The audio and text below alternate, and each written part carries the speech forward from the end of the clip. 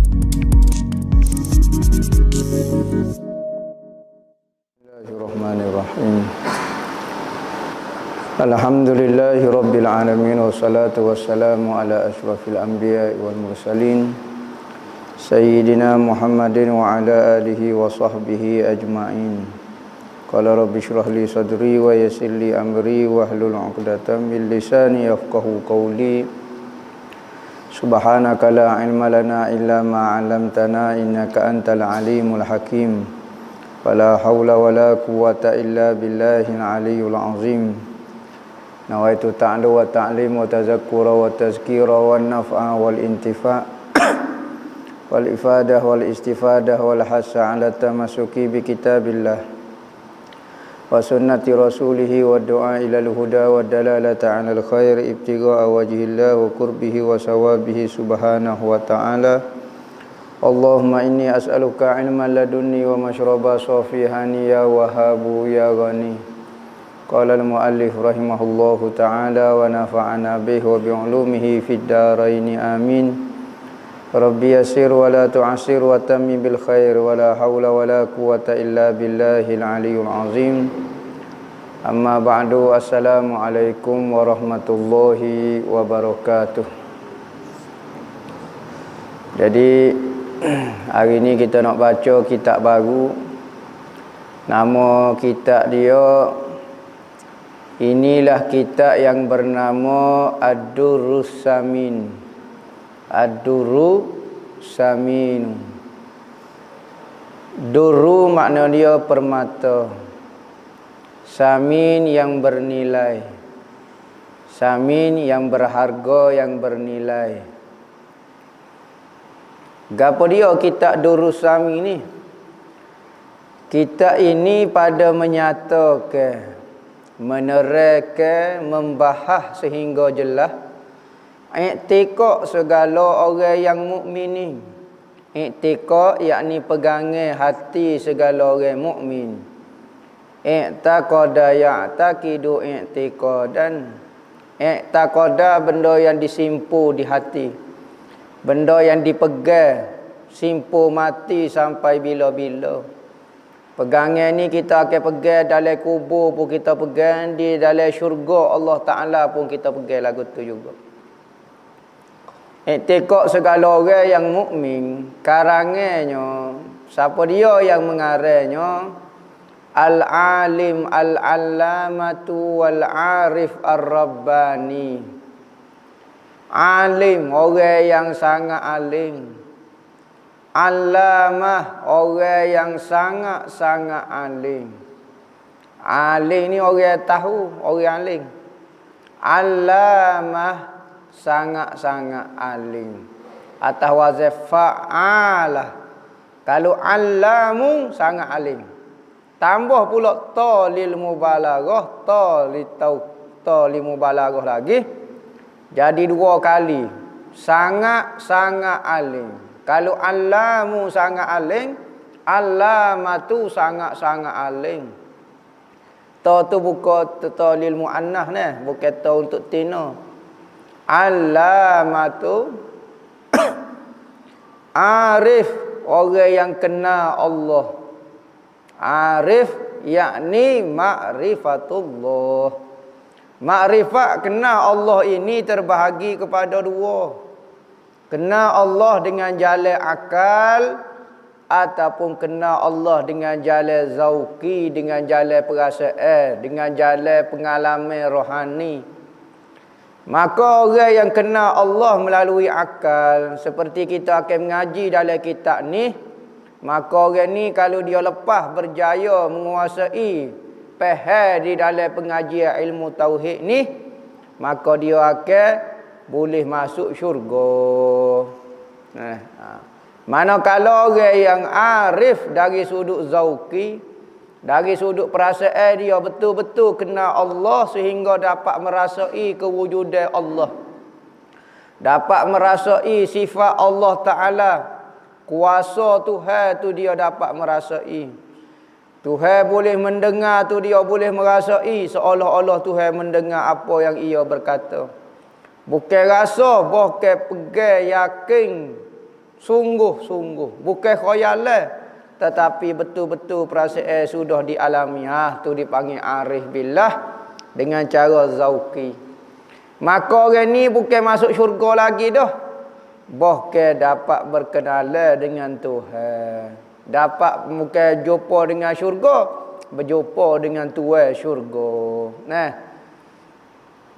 Ar-Rabbani, orang yang dibangsakan kepada Tuhan, Rabbani.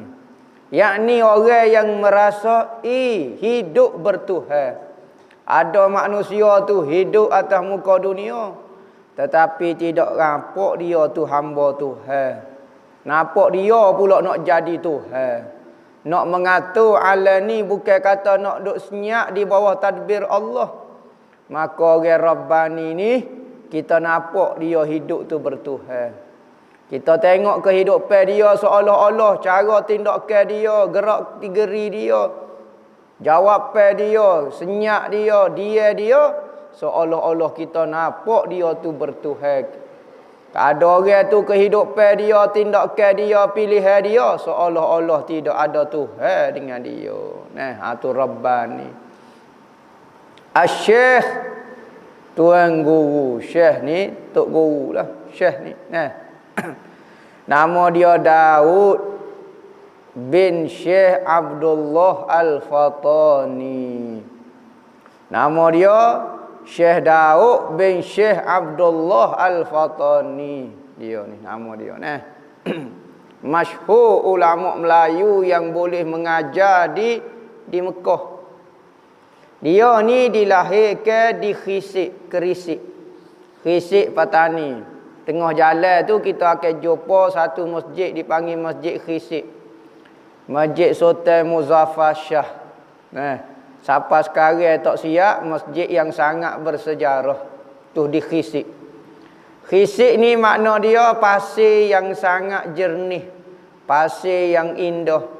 Patah Kerisik tu pasir dia tu bercahaya, berkilau. Maka dipanggil Kerisik dipanggil. Kerisik ni jugalah tempat Maulana Malik Ibrahim.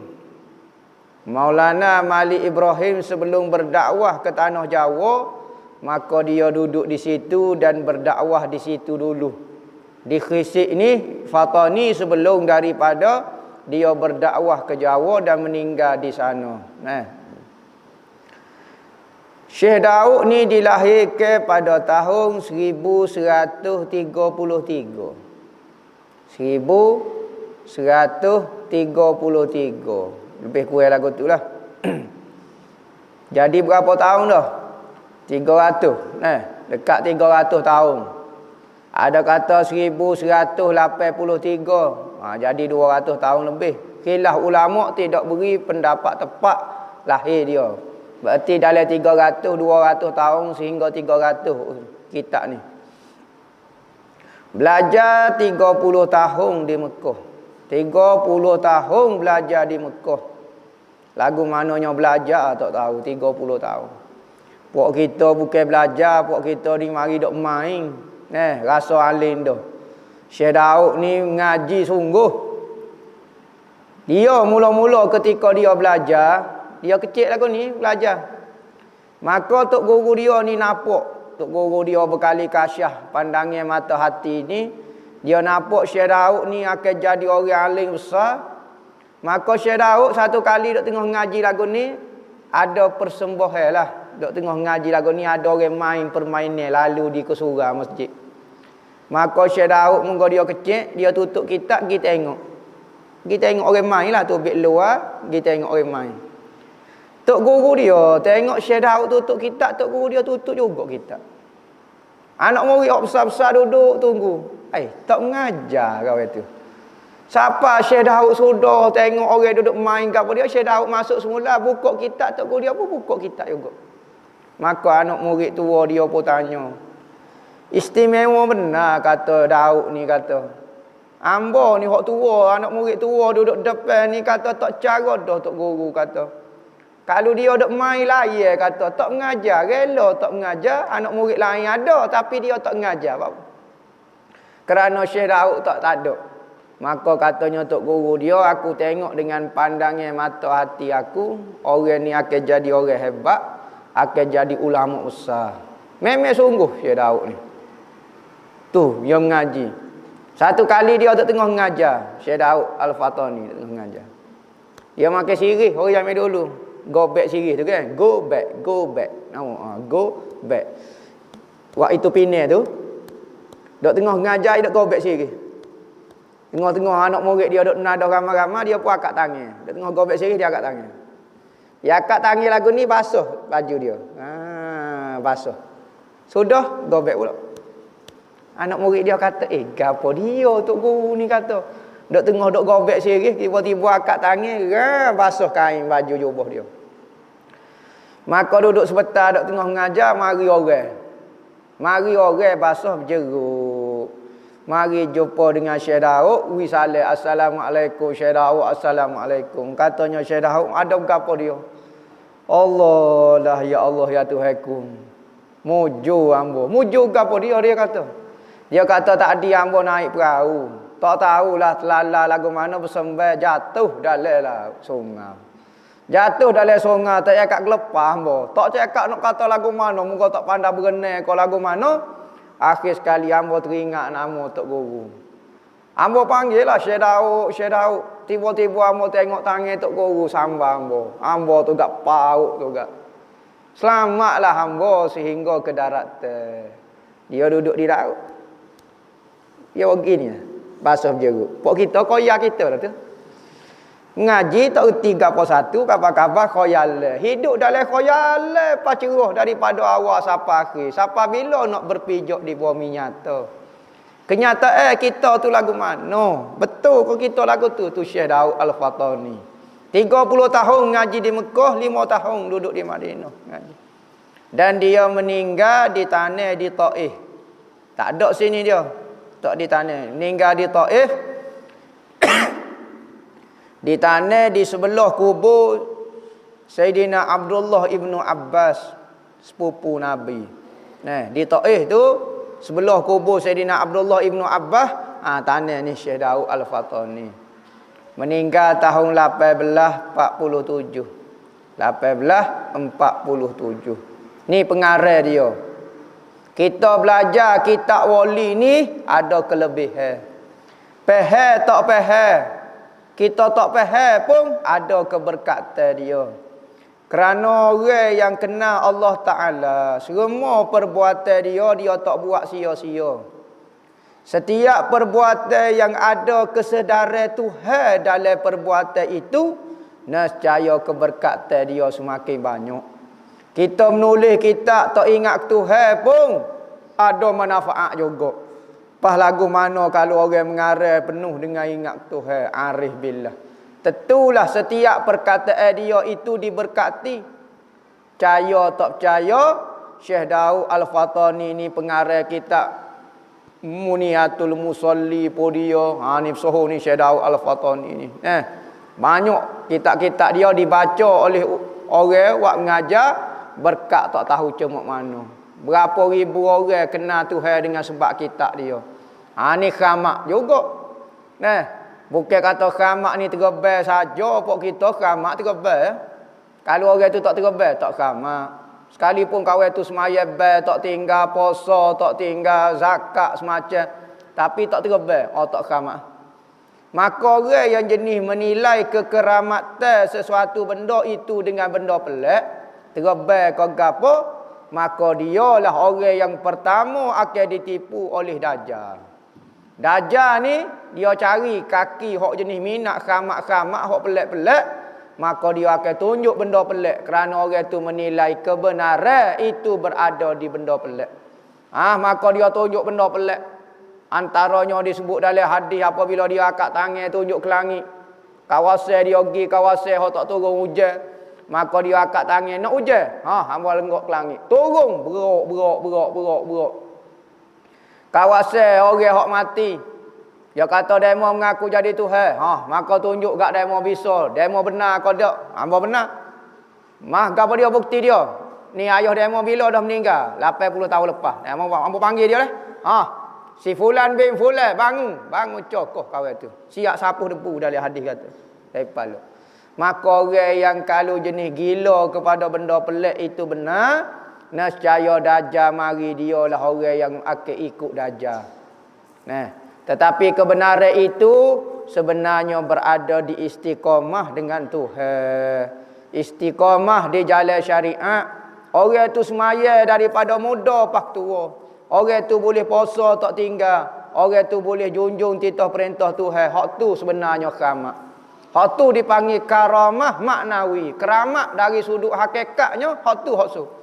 Kerana kalau benda pelik itulah keramat, nescaya orang-orang kafir boleh buat, apatah lagi Dajjal pun boleh buat. Nah, ni Syekh Daud ni 30 tahun duduk Mekah. 5 tahun duduk Madinah. Tak jadi Wahabi. Hak tu heran. 30 tahun duduk di Mekah, 5 tahun duduk di Madinah. Anak kita, puak-puak kita 4 tahun duduk Mekah. Ngaji cerelak-cereluk, kelik Wahabi. Pelik sungguh. Syekh Daud duduk 30 tahun tak jadi Wahabi. Puak-puak kita duduk setahun 2, koya nak jadi Wahabi. Pelik sungguh. Tak jumpa cari alik-alik berjatuh. Taghammadahullahu ta'ala sarahuma bighaisi rahmati wa afadha alaina min buhuri amdadihal barakati. Amin bihormati sayyidil mursalin. Amin. Mudah-mudahan Tuhan cucu ke kubur kedua-duanya Syekh Daud dengan ayah dia Abdullah ni, tok guru besar belaka. Dia asalnya mengaji dengan ayah dia. Dia ni keturunan Faqih Ali. Faqih Ali ni tak silap hamba ni asal daripada Hadramaut juga. Orang zaman dulu, orang-orang alim zaman dulu dia buat sebut Wa Daud bin Abdullah. Wa ni asalnya makna dia sayyid. Orang keturunan Nabi ni antara orang yang kuat berpegang dengan agama. Maka apabila sia tengok orang-orang Tok Said ni orang kuat agama, maka pok dia cari orang-orang Tok Said ni pakak bunuh. Kerana pokok dia ni orang kuat semangat. Darah Nabi ni tak tahulah Tuhan kelebihan lagu tu. Orang keturunan yang ada dalam darah Nabi dia ni orang naik seh kalau bab agama. Begitu juga pejuang-pejuang agama tempat kita semua kebanyakannya ada darah Nabi. Kerana darah Nabi ni tak tahu Tuhan satu keberkatan, gilah duduk mana pun orang jadi waktu tua. Gilah mana pun dia pun nampak hebat lebih pada orang lain. Tu berkat darah Nabi. Maka apabila kerajaan Asia pakat duk cari bunuh lagu tu, ramai keluarga keturunan Nabi tukar nama, tak sebubuh nama Said. Kerana terlalu bahaya kita tukar nama Wa, kita tukar nama Goni. Bukan Wa tu maksud dia pitih. Oh, kuat minat pitih. Dok maknanya Wa nah. Ada orang tu nama dia Wa Yahya Wa Mamat. Nah, duduk di Mekah. Orang zaman dulu minat duduk Mekah. Maka dia pun buka restoran, bukan jenis ngaji. Restoran, ya betul leh. Restoran Wa Yahya Wa Mamat. Orang Arab tak berani masuk. Apa? Kerana dia baca Wa Yahya Wa In Yahya. Nama Wa In Mamat. Maknanya kalau mau masuk sama ada mu hidup ataupun mu mati. Ya faham lagu tu. Bahasa Arab kata mu nak hidup kau mu nak mati. Nama dia Wa Yahya Wa Mamat. Penuh habis tulis restoran. Mudah-mudahan Allah Ta'ala cucu akan kubur keduanya Syekh Daud dan Syekh Wan Abdullah Al-Fatani ni dengan hujan rahmat kasih saya Tuhan. Mudah-mudahan kubur dia dicucuri rahmat saya Tuhan. Manusia tu akan merasai hasil usaha kehidupan dia atas muka dunia mula-mula dalam kubur. Duk dalam kubur kita boleh rasa dah perbuatan kita atas muka dunia. Kalau kita orang juru, kita boleh rasa dah pahala semaya kita, pahala sedekah kita, pahala mengaji kita, pahala ikhlas kita, pahala tawakal, pahala tawaduk, pahala macam-macam kita boleh rasa dah ketika dalam kubur. Boleh dah rasa gapo dia pengorbanan kita untuk agama Tuhan, boleh rasa dah. Dan mudah-mudahan Allah Taala limpahkan kepada kita pula. Saat ni kepada Syekh Daud dengan ayah dia. Nah, mudah-mudahan Tuhan limpahkan kepada kita daripada lauk pertolongan keduanya yang sangat berkat. Mudah-mudahan Allah Ta'ala limpahkan kepada kita daripada lauk pertolongan dia, lauk pemberian keduanya yang sangat berkat. Makna dia Syekh Daud ni orang berkat, ayah dia orang berkat. Berkat setara mana? Digambarkan seperti lauk. Lauk ni orang tak cakap punggah ikan. Daripada zaman Nabi ada lagi kali duk punggah ikan. Siapa keloni ada pacerah ikan. Punggah ikan. Nak kata lauk ni nak royak tak ada lah. Punggah lah gapo dia duk wis macam. Maka kita minta dengan kekeramatan dia, dengan kemuliaan Syekh Daud dia meninggal dah pun, mudah-mudahan pemberian dia dapat sapa kepada kita juga. Ilmu-ilmu dia, keberkatan dia boleh sapa kita. Amin. Ya Allah, terimalah doa ini bihormati sayyidil mursalin, dengan kehormatan, dengan berkat, dengan kemuliaan penghulu segala nabi-nabi. Ni Syekh Daud nak kata ni boleh tawasul dengan Nabi Muhammad. Bihormati sayyidina Muhammad, bihaqqi sayyidina Muhammad. Sebab tu kita kalau nak berdoa, nak minta gapo-gapo, nak sebut gapo-gapo, ada orang nak minta pendapat kita sebut pendapat kita buat lagu ni. Dengan hak Nabi Muhammad hamba pilih pendapat ni. Mudah-mudahan apa yang kita pilih tu dapat berkat. Misalnya orang tanya pendapat kita, gapo dia gini-gini. Kita nak kata lagu mana? Akhir sekali kita pilih pendapat ni. Maka kita sebut bihaqqi sayyidina Muhammad, dengan hak sayyidina Muhammad aku pilih pendapat ni. Mudah-mudahan apa yang kita pilih dengan hak Nabi Muhammad jadi berkat. Nak buka pondok, nak start mengaji, nak gapo, minta dengan berkat Nabi Muhammad, bukan dengan amalan kita. Amalan kita tak tahu alif ilih alif jatuh, tetapi keberkatan Nabi Muhammad tentu dah. Sebab itulah kita nak buat gapo-gapo, jangan lupa Nabi Muhammad. Orang tua dulu berjapi, bomo, gane-gane. Aku sopoh dengan hak Nabi Muhammad. Tengok. Takut atu. Aku sopoh dengan berkat la ilaha illallah. Ya tak guna diri dia. Dia tarik orang lain. Tarik Nabi Muhammad, tarik kalimah la ilaha illallah. Tu keberkatan. Wahabi tak ada doa lagu ni. Wahabi dok rasa dia pandai. Dok rasa dia bijak. Ada video siapa dia atas. Dia kata Nabi mungkin salah. Ibnu Taimiyah tak mungkin salah. Sudah. Tak ada apa lah. Orang tanya, Nabi Muhammad mungkin salah. Ya, mungkin salah. Pendapat Nabi Muhammadnya ada salah. Hak selain daripada Quran, mungkin salah Nabi Muhammad. Lepas tu kalau Nabi Muhammad mungkin salah, Ibnu Taimiyah tak mungkin salah. Wahabi Muhammad bin Abdul Wahab, tak mungkin salah. Sebab dia berfatwa menurut Al-Quran dan hadis. Pula, setara tuai Quran dan hadis Nabi Muhammad, misalnya dia kata boleh salah, Ibnu Taimiyah tiba-tiba tak boleh salah dah pula. Orang ni taksub tahap dewa dah ni. Sesat barat dengan lagu tu. Nabi Muhammad dia kata salah, Ibnu Taimiyah tak kata salah, Muhammad bin Abdul Wahab tak kata salah. Orang ni jadi tok guru orang. Mengajar. Janggut tu gerung kita tengok. Patut ngajanggut tu ikut Nabi Muhammad, patut ikut belakalah ilmu Nabi Muhammad. Boleh dia kata Nabi Muhammad salah, Ibnu Taimiyah tak salah. 2-3 kali kawan tu tanya, betul kau dia kata lagu tu? Lagu mana dia kata Nabi Muhammad boleh salah, Ibnu Taimiyah tak mungkin boleh salah? Nabi Muhammad muka dia ijtihad mungkin salah. Dia mau fikir molek, memanglah. Ibnu Taimiyah tak mungkin salah. Molek, memang Ibnu Taimiyah tak mungkin salah sebab dia ikut Al-Quran dan hadis. Pening kawan ni, mabuk air tapal. Ni kitab Durusami hok kita nak mengaji. Kitab ni berkecek mengenai tauhid. Jadi sebelum kita start mengaji kitab ni macam biasalah. Kita baca Fatihah sekali, ayat kursi sekali, qul huwallahu 11 kali, selawat 3 kali. Dengan niat supaya kalau ada pahala dalam baca Quran kita saat ni, kita hadiah kepada Syekh Daud secara khususnya dan kepada guru-guru kita sehinggalah kepada Nabi Muhammad.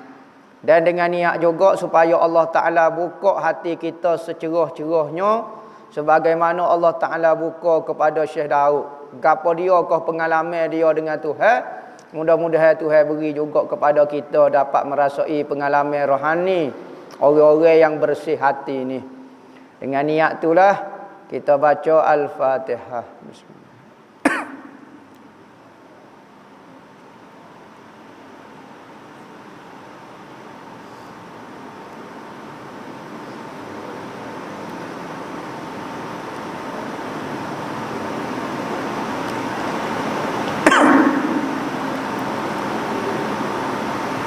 Allahumma shalli.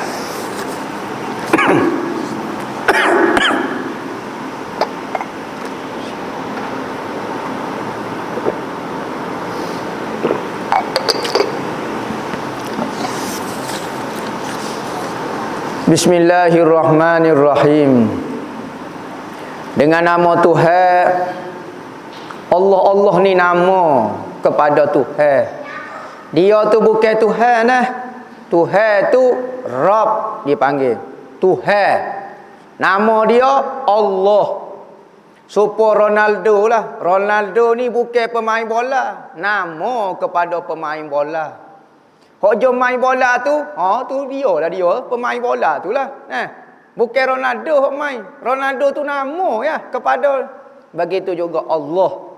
Allah itu nama kepada Tuhan yang sebenar. Jadi kita duk sembah siapa dia? Duk sembah Tuhan yang bernama Allah. Kena jangan bertukar nah. Dari ilmu tauhid jangan kita sembah nama.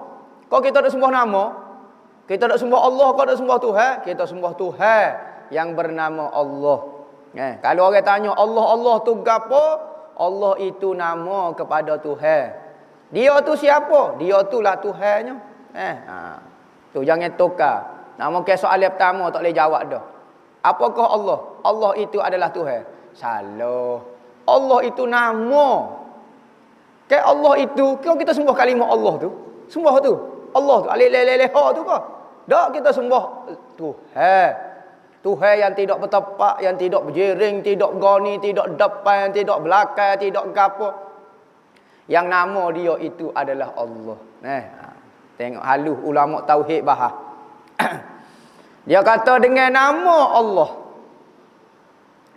Bak apa guna nama pula?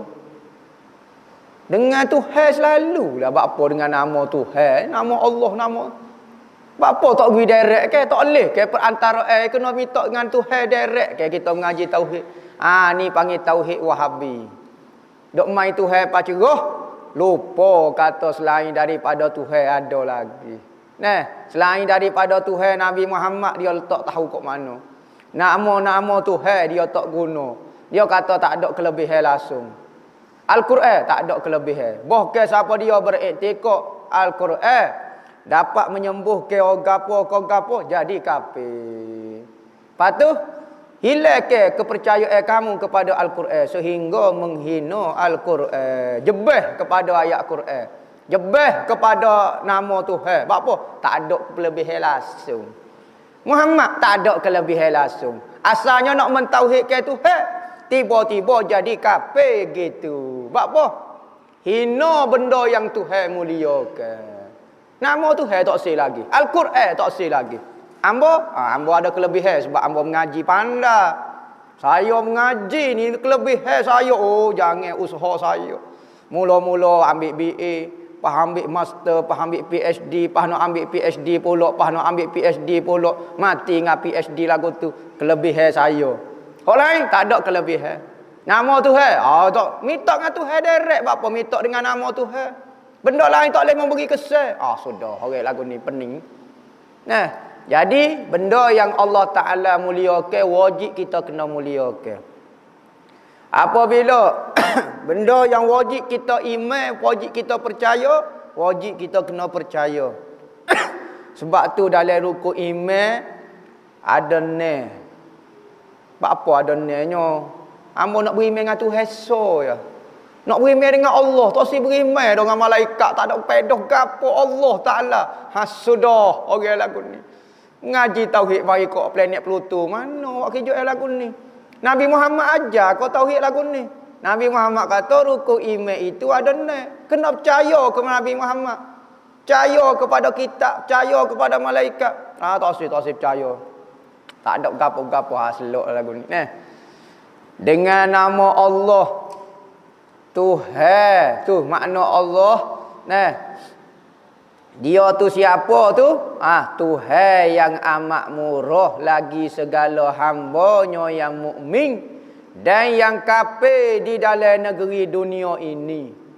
Tuhan ni pemurah dia umum.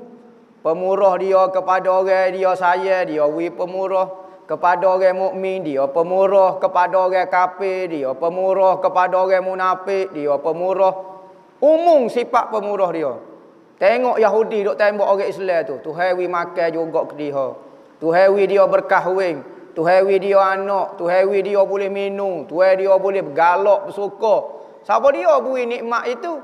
Pemurahnya Tuhan. Padahal kawan ni orang kafir tak percaya ke Tuhan pun. Tetapi sifat murah dia kepada orang Islam dan orang kafir di negeri dunia. Ingat dunia sahaja dah. Akhirat no. Akhirat tak boleh. Akhirat dan lagi amat mengasihani, menyayangi bagi segala hamba-Nya yang mukmin di dalam negeri akhirat. Maka dalam negeri akhirat barulah zahir sifat penyayang Tuhan. Ar-Rahim Tuhan tu timbul. Apabila kita nampak Tuhan bubuh orang-orang beriman dalam syurga, orang kafir bubuh dalam neraka, nampaklah Tuhan sayang hok mana. Atas muka dunia kita tak nampak Tuhan sayang kok orang Palestin kok orang Yahudi. Kita tengok orang Palestin kena apa cerah. Orang Yahudi duduk suka-suka. Patut kalau Tuhan saya zahir gak. Benar orang Islam lah. Orang kafir tu rakyat hancur. Tak. Pemurah Tuhan. Mu sungguh setara mana? Mu ngatik kau, mu malah buat kerja, tak boleh pitih. Orang kafir tak beriman, rajin buat kerja, boleh pitih. Sebab apa? Zahir pemurah Tuhan atas muka dunia. Tetapi apabila akhirat, saya Tuhan sangat zahir. Orang kafir tak cakap menaung nak tubik daripada neraka. Tuhan tak layan langsung. Orang Islam duduk galak dalam syurga. Nampak hak mana dia sayang, hak dia tak sayang. Kumulai kita ini dengan bismillah. Kalau kita mengaji dalam ilmu nahu, muta'allaq dia panggil. Asalnya patut dia sebut gini, kumulai kitab ini dengan nama Allah. Tetapi awak mari dengan nama Allah, kumulai kitab ini. Kalau ngaji dalam ilmu nahu, dia panggil muakhir dengan takhir, takdim ini ada maksud dia. Bapa dia tak ayat kumulai kitab ini dengan nama Allah. Bapa dia kata dengan nama Allah kumulai, macam terbalik kecek. Ya nak royak hak penting nama Tuhan dulu. Dengan nama Tuhan, aku makan, aku minum dan salah satunya adalah kumulai kitab ini. Tapi kalau dia sebut niat dia dulu, kumulai kitab ini dengan nama Tuhan, nampak khusus sangat. Dia nak royak dia ni pergantungan dengan Tuhan terlalu umum pada semua benda. Dengan nama Tuhan aku mulai. Dengan nama Tuhan aku makan, aku minum, salah satunya kumulai kitab ini. Alhamdulillahillazi dalla ala wujudihi jami'ul kainati. Segala puji yang tertentu bagi Allah, yakni puji itu adalah milik Allah, kerana dialah yang melakukan semua perkara. Dialah yang buat baik kepada kita, dialah yang beri makan, dialah beri sihat. Maka apabila kita puji, sekalipun kita puji ibu ayah kita, kita puji orang yang tolong kita, maka sebenarnya kita memuji Allah. Dialah yang membuat semua perkara. Tuhan yang menunjuk ke atas sifat wujudnya itu segala kainat ini.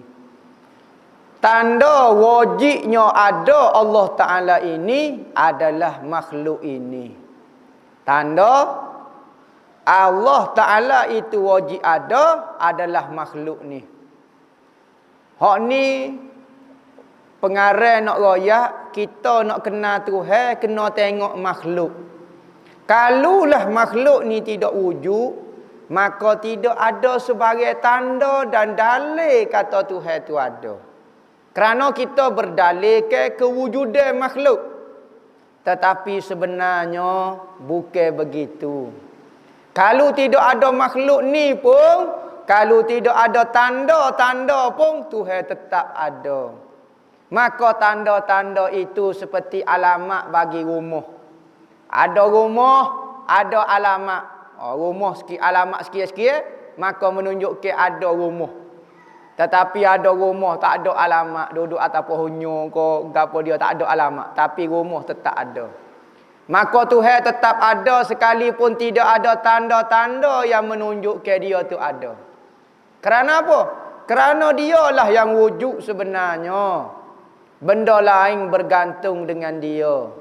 Macam mana benda yang tak ada, kita nak buat dalil petunjuk kepada benda yang ada.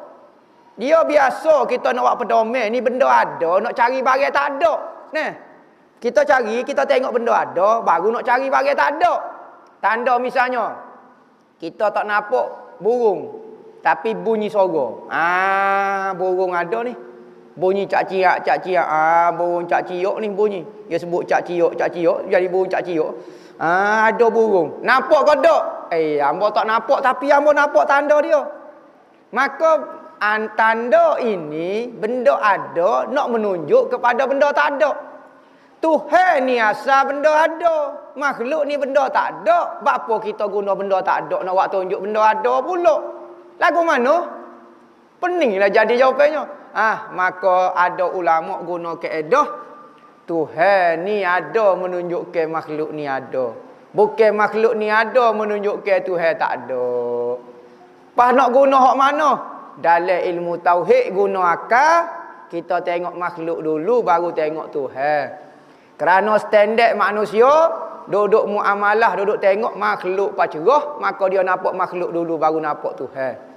Bagi orang sufi, dia nampak Tuhan dulu baru nampak makhluk. Maka hak tu kaedah orang sufi.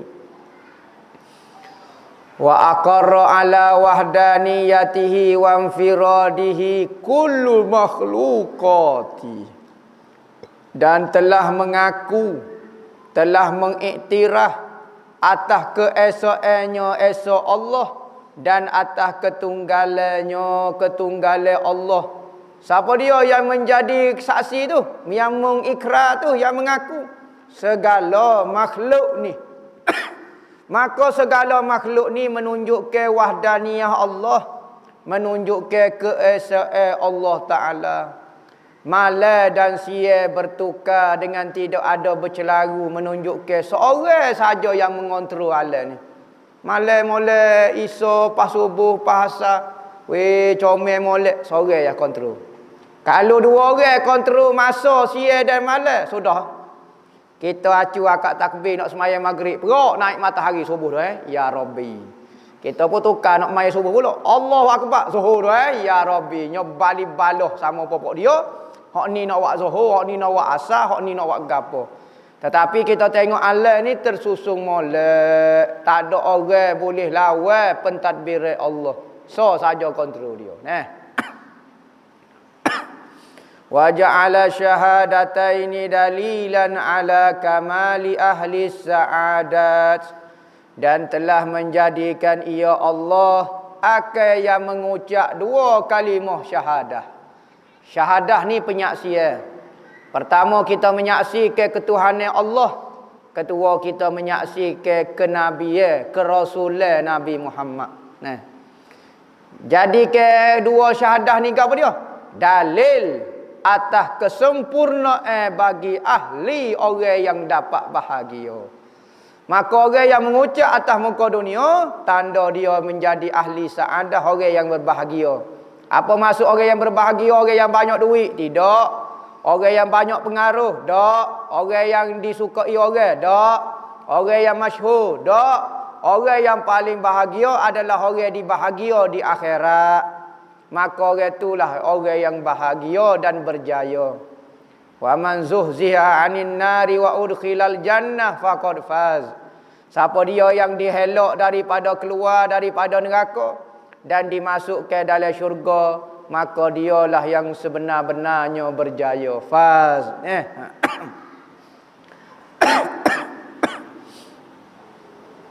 Hak tu dapat bahagia. Bukan dapat bahagia. Maka syahadah ini jadi dalil saja. Kadang-kadang ada orang tak mengucap tapi dia beriman. Tak apa. Sah hukum dia. Kerana iman itu adalah kepercayaan hati. Sekalipun dia tidak pernah mengucap sepanjang hidup dia, dia duduk atas pokok. Tapi dia percaya tak bersaing orang kau apa semua.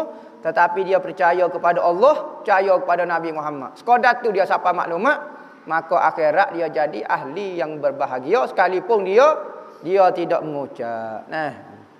Wa khassa li ma'rifati aqaidit tauhid wallahu a'lam.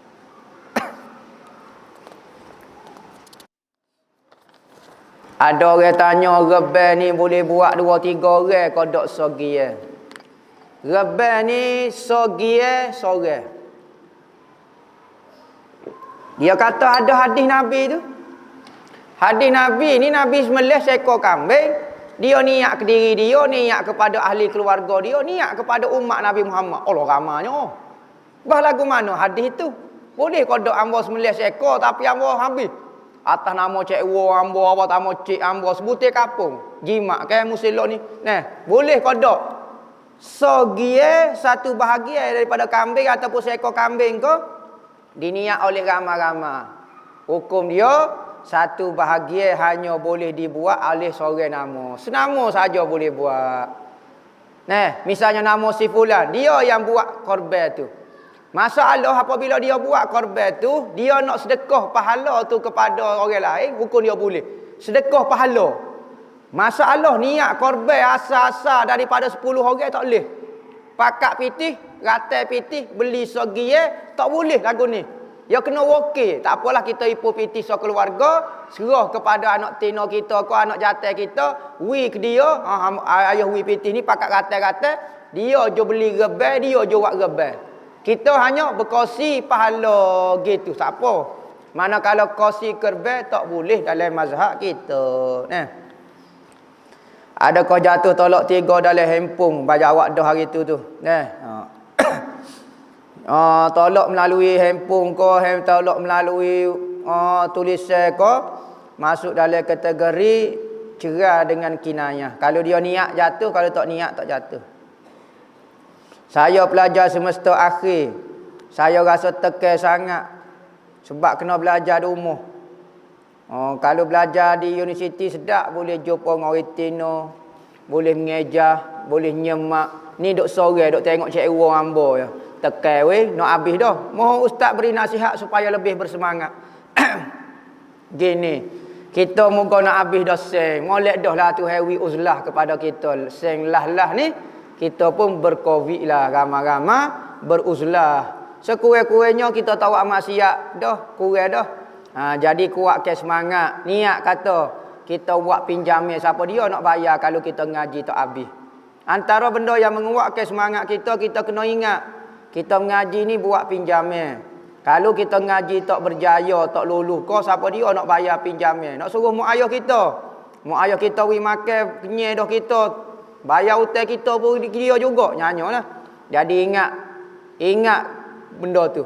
Hutang kita. Baru kita naik semangat nak perhabiskan pengajian kita. Boleh kodok puasa qada dengan puasa sunat, boleh hukum dia. Mohon pencerahan, selalu tinggal solat subuh disebabkan kerja shift. Tapi lepas habis waktu kerja qada terus subuh. Jangan buat lagu ni. Jangan ajar tinggal semaya. Kerja tu penting juga, tetapi semaya tu lebih penting. Kita tak kerja, tak masuk neraka. Tapi kalau kita tinggal semaya masuk neraka. Fikirlah hak tu. Kita rasa nilai hak mana, kita fikirlah. Jangan nak mikir dalam syurga neraka baru duk menung. Dalam neraka. Weh deh. Kalau tak payah mikir dah masa tu duk dalam neraka. Cool and steady dah masa tu deh. Jadi kena fikirlah. Jangan buat mudah-mudah dengan semaya. Sekalipun kita qada. Nah. Macam mana nak ganti puasa-puasa hak tertinggal. Ada cukup bayar beras, kau kena ganti puasa juga. Weh, kita tinggal puasa, kena ganti puasa. Buat apa ganti beras? Kita curi beras bila masanya. Nah, jadi kita kena bayar puasa dulu. Beras tu kalau kita denda, kena denda. Laka tahun kau gapo dia, maka kita kena bayar beras. Manakala asas siluh kita sebab kita tak qada puasa. Maka kena qada puasa, kena qada puasa. Jangan buat celika bayar beras saja, tak sia qada puasa.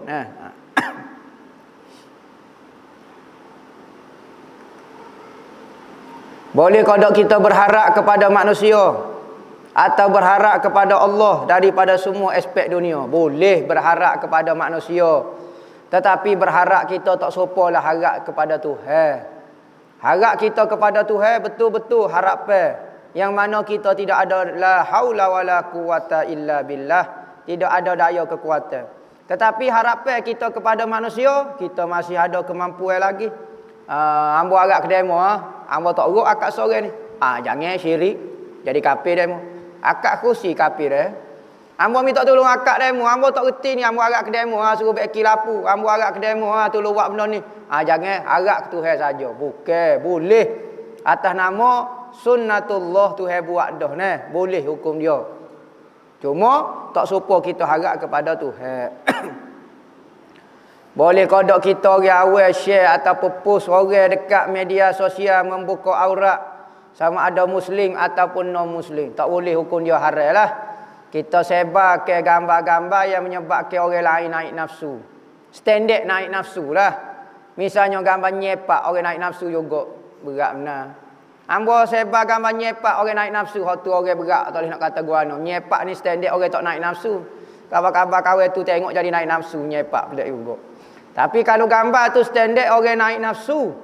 Tengok gambar tu. Nafsu ni mikir benda jahat. Mikir benda kotor. Maka standard orang tengok benda tu jadi naik nafsu. Tapi video gambar kita ni tak ada orang nak naik nafsu. Sekalipun lagu tu jadi dosa juga. Dia tengok diroliknya, kebiasaannya. Maka tak boleh dedah gambar-gambar yang tak tutup aurat. Manusia lah. Kalau kambing, mendedah ke kambing tengah saling baju. Tak apa, tak berdosa. Sebab kambing tak ada maruah. Begitu juga katung, cerita katung. Katung itik, katung ayah ke. Katung manusia, ulama khilaf. Adakah dia sumpah dengan manusia betul? Apa pandangan ustaz kita menjauhkan diri daripada sahabat tujuan nak mendalami ilmu agama? Adakah tu dipanggil putus silaturahim? Gini, apa kita nak lari daripada saing kitanya? Dia halal kita daripada mengaji agama. Tak pun. Lepas tu? Ngaji, saing. Tak ada masalah. Lainlah saing kita tu. Kalau kita nak pergi ngaji agama, dia tembok kita sampai mati kot. Maka tak saing lah lagu tu. Benda ni tak menambah himmah, tak mengganggu kita. Kau apa dia? Maka boleh hukum dia. Tapi kalau dia mengganggu, menyebabkan kita tak boleh mengaji fardu ain, tinggallah. Apa maksud perbezaan di antara zikir, wirid, hizib dan ratib? Zikir ni umum. Benda-benda yang kita mengingati Tuhan dipanggil zikir. Ada zikir bersuara, ada zikir begini, ada zikir perbuatan, ada zikir hati, ada zikir nafas, ada zikir gerak, macam-macam. Wirid pula bacaan kita. Bacaan Al-Quran. Wirid kita lah tu. Hizib pula benda yang kita buat jadual kita. Hizib, sama ada hizib ni maknanya wirid lah. Wirid yang kita istiqamahkan dipanggil hizib. Ratib pula ada bacaan ratibul Fatihah. Wa ila hadratin Nabi, sedekah Fatihah. Waktu dipanggil ratib. Ratibul haddad ataupun ratibul atas. Hak suhu. Apa hukum suami isteri 10 tahun tidak bersama tapi nafkah zahir bagi ikut dia. 10 tahun tak pernah tidur sekali. 100 tahun nikah tak pernah tidur sekali. Tok lelaki kerja di Amerika. Isteri kerja dalam bumi. Nah, tak aja jumpa seminit lepas tu tujuan apa dia? Abai buat kelip pitih, kita buat kelip pitih. Buat rumah besar-besar tak duduk pun. Terpulang kepada dia kerana nafkah batin ini bergantung kepada selera orang. Tanya dia nak dia tak sih. Dalam mazhab kita, apabila berkahwin tidak wajib setubuh. Mengenai setubuh ni tabiat orang. Ada orang ni nikah kerana awak temeh takut atu. Nampak? Ataupun suruh basuh baju. Tu ya. Tidur tak sih. Ya tabiat dua orang tu. Tu pun tak sih. Maka tak wajib setubuh. Tetapi dalam mazhab lain, pernikahan ini tujuan dia untuk setubuh. Maka kalau nikah tak setubuh berdosa. Kena setubuh juga walau sekali. Seminit pun tak apa dah. Sekali ya, pop berhenti lalu. Nampak? Kalau tidak jadi berdosa. Kerana tak ada tujuan perkahwinan. Tetapi dalam mazhab kita duk 10 tahun pun tak ada masalah lah. Lainlah kahwin tu mitok kita tak sebui tak boleh lah. Mitok kena bui. Macam mana kalau selawat 1000 kali sehari masih susah bangun subuh, apa nak buat? Selawat 1000 kali sehari ni nak suruh bukan suruh bangun subuh. Cara nak suruh bangun subuh, kita royak dah minum air boleh 2 geleng. Nak terkecing you bangunlah. Belilah gapo-gapo dia yang menyebabkan kita bangun subuh. Misalnya kita ni gapo dia yang menyebabkan kita mudah bangun. Hamba kalau orang kata nak pergi shopping hamba bangun. Janji dengan saing kita nak pergi Mayiding pukul 9.30. Tentu dah pukul 9 tu bangun, boleh-boleh siap apa semua, semaya subuh. Ataupun kita kalau orang kata nak WPT 4 juta, kita pun bangun. Hoyak kata ada orang nak WPT 4 juta pukul 9. Bangun kita. Jadi tujuan selawat ni bukan nak suruh bangun subuh mudah. Selawat ni boleh pahala. Ni kata nak mungkin hamba selawat 1000 kali dah payah nak bangun subuh juga. Pahala tentu boleh dah. Bukan kata tak ada pedah. Pahala tu boleh dah. Kaki saya seliuh tapi payah nak semaya. Lagu mana nak semaya? Tak boleh semaya atas latar. Pas lagu mana? Semaya sekadar kita mampu. Semaya atas peti, semaya atas kipah, semaya atas buk boleh berlaku, tak ada masalah apa. Jangan duk panik dengan Tuhan. Buat ibadat sekadar kita mampu. Ni semaya atas kursi pun geger gepar. Orang semaya atas kipah, semaya atas planet Pluto, tak ada masalah apa. Jangan buat panik dengan agama kan.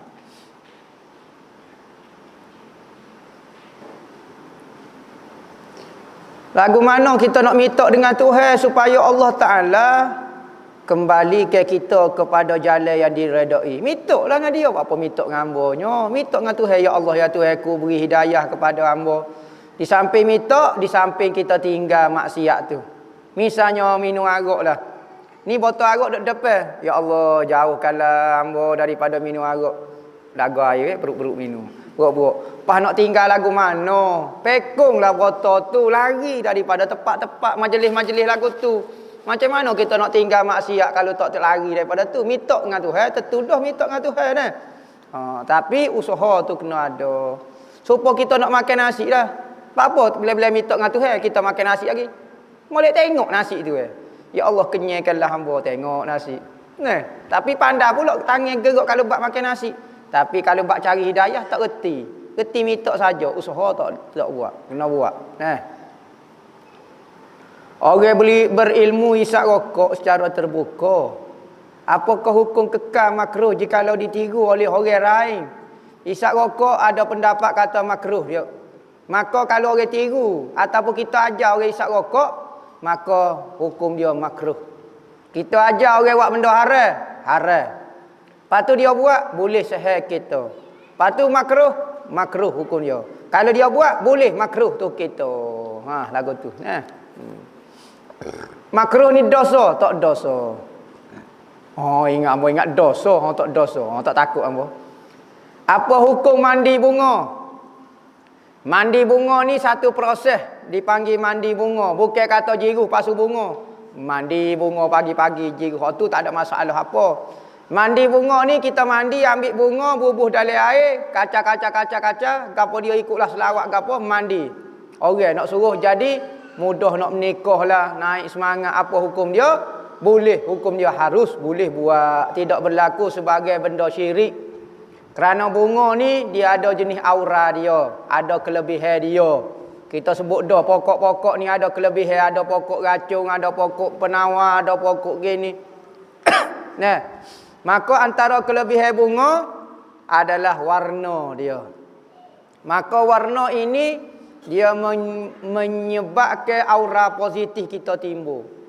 Benda wangi, benda gapo, maka kita kalau bau busuk jadi serabut mikir pun tak lepas, orang pun serabut duduk dengan kita. Tapi kalau mandi bunga, pakai baju warna-warni ke gapo, faktor-faktor warna lagu ni dapat menarik orang. Tu sahaja mandi bunga. Mandi minyak. Lepas tu orang duk japi, duk gapo tu silap dia lah. Hok mandi bunga ni memang ada kelebihan dia, warna bunga tu sendiri dan aura dia nah. Ustaz bapa Wahabi bersungguh sangat nak sebar faham dia kat Malaysia. Lo ni kat Kelantan ramai dah hok terpengaruh, koh berat dah. Wahabi bukan bersungguh nak sebar di Malaysia, di seluruh dunia yang nak sebar. Semenjak daripada dia muncul lagi, tapi tak ada orang lain dia, tekan dia seorang. Nyanyo. Kalau dari sudut usaha dia dengan dia bagi buku percuma, masuk universiti percuma, tekek percuma, pitih percuma, percuma belaka. Tak ada orang cara ke dia, tekan dia. Nah, bukan kata di Malaysia saja nak sebar seluruh dunia, tetapi ulama lah yang menentai fahamnya dia. Orang jahil ikut popok dia, ulama duduk tentai. Nah, lah ni Kelantan ramai dah terpengaruh. Tak ramai lagi. Masyarakat Kelantan lebih ahli sunnah wal jamaah lagi. 2-3 kerak tu ya Wahabinya. Dia duk kecep sungguh dia sorang ya, berlakon ya. Masyarakat Kelantan ni ahli sunnah lagi, minat ku ahli sunnah lagi.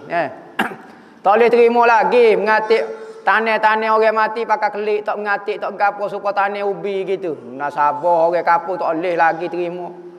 Orang mati tak mengatik, ai pelik kalau tak mengatik. Musim mauluk tak selawat, ai pelik, tak kaca surau. Tak boleh selalu. Orang kapur tak boleh benda-benda lagu tu, dia nak iseh. Jadi Wahabi ni ditolak juga di Kelantan pun. Sekalipun ada pengaruh dia, tapi orang Kelantan ni ahli sunnah lagi. Yang orang Kelantan ni live ni di Kelantan buat ni. Bukan di New York ni. Jadi Kelantan tu nah. Sekalipun Wahabi berusaha untuk memwahabi ke Kelantan, tetapi jangan ada lagi pendekar-pendekar ahli sunnah ada lagi nah. Demo wis tapok kita wi 3 tapok atas belakang. Nama lagu tu. Ketika solat bersendirian kemudian salah niat jadi makmum sudah. Semasa tahiyat akhir baru terperasa silap niat jadi makmum. Padahal semaya sore sah tersilap ke. Jiran sebelah saya MPK. Tak tahu apa dia MPK ni. Persatuan apa dia tak tahu. Dia bagi makanan rampasan kepada saya. Dia rapah barang, tak tahu kerja imigrasi ke apa dia rapah barang, dia pun sedekah kok jiran dia. Maka ambil lah pada dok bazir, mungkin makan ni hoya hadiah pun boleh kira kat lah. Nak makan kau lagu mana nak buat ustaz? Barang tu barang rapah. Gini. Lah ni kita tanya hukum merampah barang orang Islam ni boleh kok tidak? Macam kastel ke apa dia apa semua. Tak payah cukar dia sekat dia rapah so trailer. Ngah trailer. Ngah habis semua baju-baju, kelip pakai seluar saja kawan tu. Ya apa berlaku semua? Apa hukum boleh kau dok rapah bagi orang Islam? Ambil harta orang secara lagu tu boleh tak? Khilaf ulama. Ada ulama kata haram. Maka kalau haram perbuatan lagu ni, jangan kita ambil bagi rampasan orang. Kalau kita ambil hukumnya berdosa seperti orang curi barang, kita tak boleh ambil. Kedua, hukum dia boleh kita rapah barang atas nama denda. Dia tak ya kesalahan, kerajaan menetapkan satu benda, tiba-tiba dia buat kesalahan, maka kesalahan dia dengan kita rapah denda. Denda dia kerajaan tetapkan rapah barang tu. Maka buku boleh ke tak? Atas nama denda hukumnya boleh. Sah kerajaan miliki, sah. Maka apabila dia rapah jadi milik kerajaan, ikut kerajaan nak bui, nak bagi, kau nak gapo dia ikut dia nak bagi. Jadi boleh pula. Nah. Moleknya tak usah duduk makan lah. Tak usah duduk makan. Macam mana nak istiqamah dalam hijrah diri. Berapa kali solat taubat, berapa kali buat dosa. Tak usah duk kira dosa, duk kira solat taubat. Sudah ke kehidupan kita dengan solat taubat. Buat dosa banyak mana, yang penting kita bertaubat. Adakah air wadi boleh keluar semasa buai air besar ketika mengangkat benda berat? Ya, air wadi ni keluar pada masa tu. Solat Isra' ni lagu mana? Solat Isra' ini adalah ketika matahari naik serupa dengan waktu duha. Setengah jam lepas pada habis waktu subuh baru boleh sunat Isra'. Isra' dia panggil. Kita sakit wajib dak kita beritahu. Kita nak nikah, kita sakit wajib dak kita beritahu pasangan yang akan jadi suami kita tu kita sakit. Ya. Kerana benda itu aib kena beritahu. Oyak kata saya nyakit gila. Oh. Tuai comel gila, pakai tak jadi nama. Maka kena beritahulah. Jangan nikah dengan kabar-kabar gila. Nyanyi kau orang lah. Nikah bukan main tuai nampak comel. Nikah tu gak setuju ke apa dia malam tu gak tutup lapunya tepik sopa dalam zoo. Gila rupanya. Dengan rambut berjerebek, nyo pakai baju atrame, nyo fire tok guru. Oh, tok laki dia. Gila tak boleh nak beritahu. Nyanyolah kat orang jadi aib dia.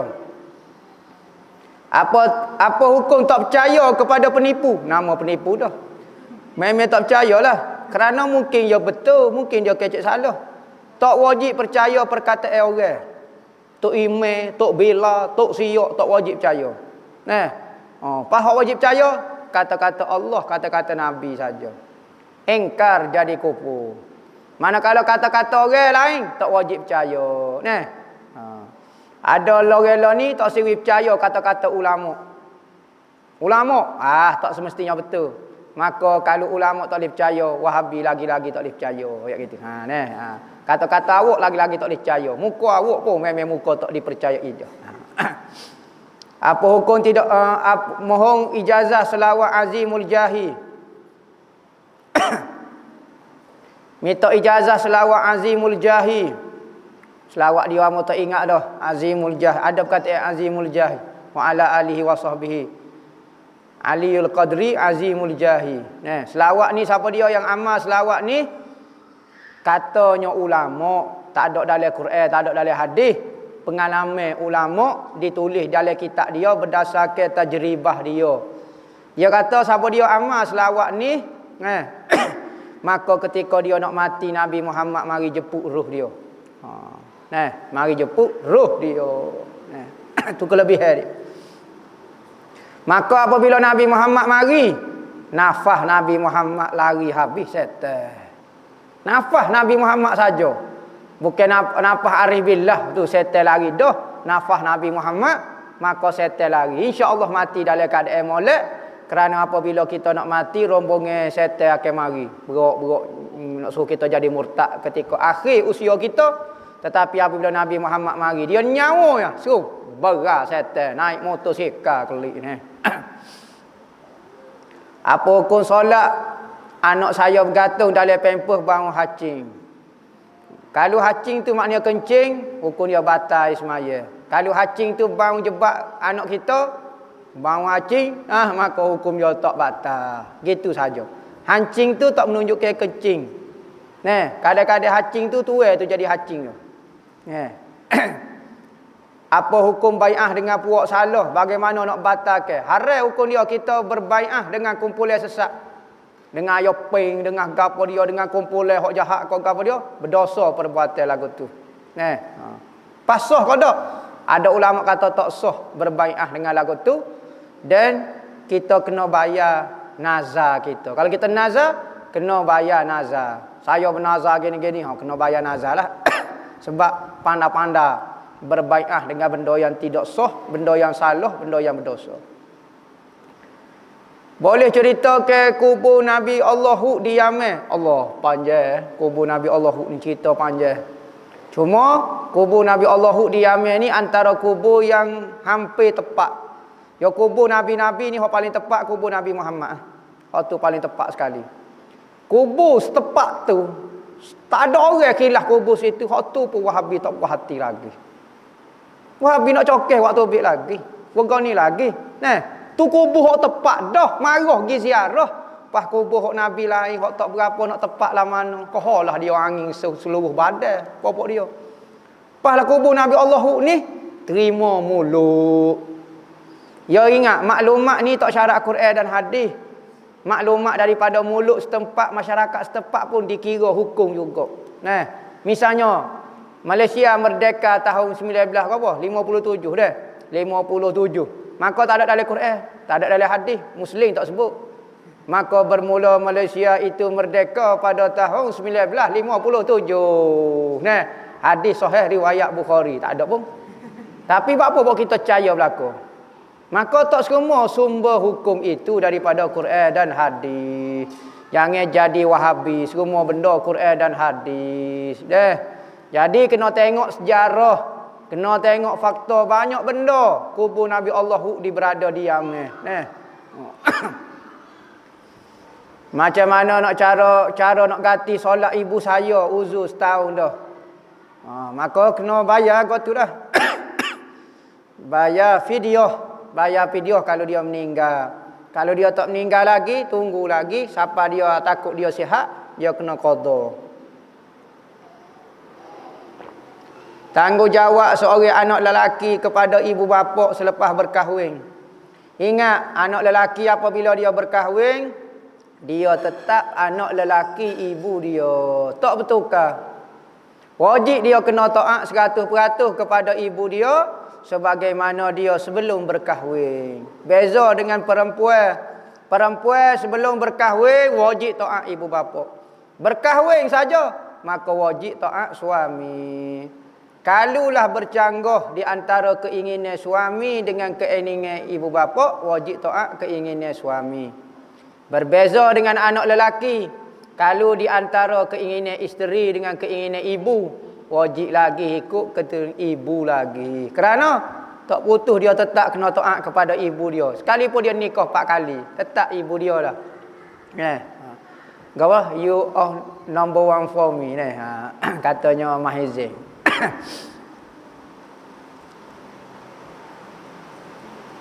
Ada kosong semaya kita nak sebut astagfirullah, subhanallah, kejut cicak, Allahu akbar, la ilaha illallah, ya Allah Rabbi, la ilaha illallah. Nak kecik lagu tu, sah tak? Okey, zikir hukum dia tidak membatalkan sembahyang. Lepas tu dia kata pas lagu mana hamba ni jadi macam lekat tabiat. Subhanallah, alhamdulillah, subhanallah, subhanallah, subhanallah, sudah jadi lekat. Kejut cicak, Allahu akbar, subhanallah, alhamdulillah, subhanallah, subhanallah, subhanallah, subhanallah. Banyak disebut. Tak apa, dia lekat tabiat maka hukum dia tidak batal. Teh kawi ada kata batal, ada kata tak batal. Hamba nak pergi hok mana? Hamba kalau nak pergi tak batal boleh ke tak? Boleh. Sebab ada pendapat kata tak batal. Teh kawi tu kan jolok suek tu, ada kata batal, ada kata tak batal. Maka ada kata tak batal dia tangguhlah. Kawan tu puasa, suek tak batal. Dah dia kata tak batal, kawan tu hok kata tak batal dia akan tanggung semua orang hok suek pada bulan puasa kau gapo. Tak sedap bimbanglah. Munggo kita orang awal ni kita ikut orang hok kata tak batal tu lah. Maka orang yang kata tak batal dia akan bertanggungjawab lah depan Tuhan. Dia guna kaedah mana ke apa dia? Tak sedap bimbang, dia takut ke apa dia. Mungkin kita jawab dengan orang alim kan.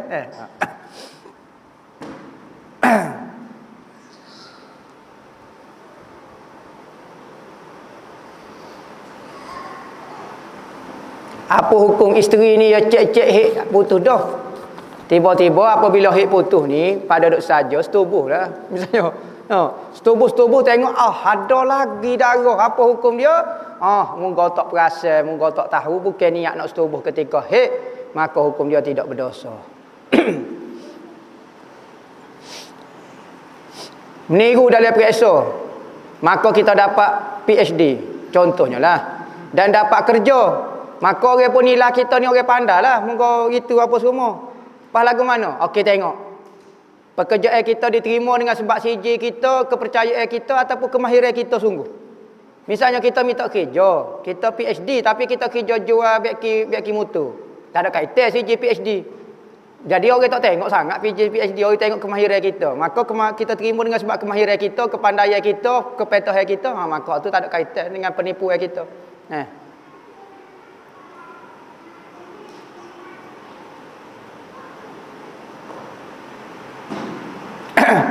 Melambatkan semaya sunat qada sehingga ke siapa masuk sebagai tarawih, masuk boleh puasa. Gini, qada kita sebut dah ada dua. Qada wajib dibayar segera, qada tak wajib segera. Maka moleknya qada sebelum masuk boleh puasa, supaya masuk boleh puasa kita boleh semaya tarawih.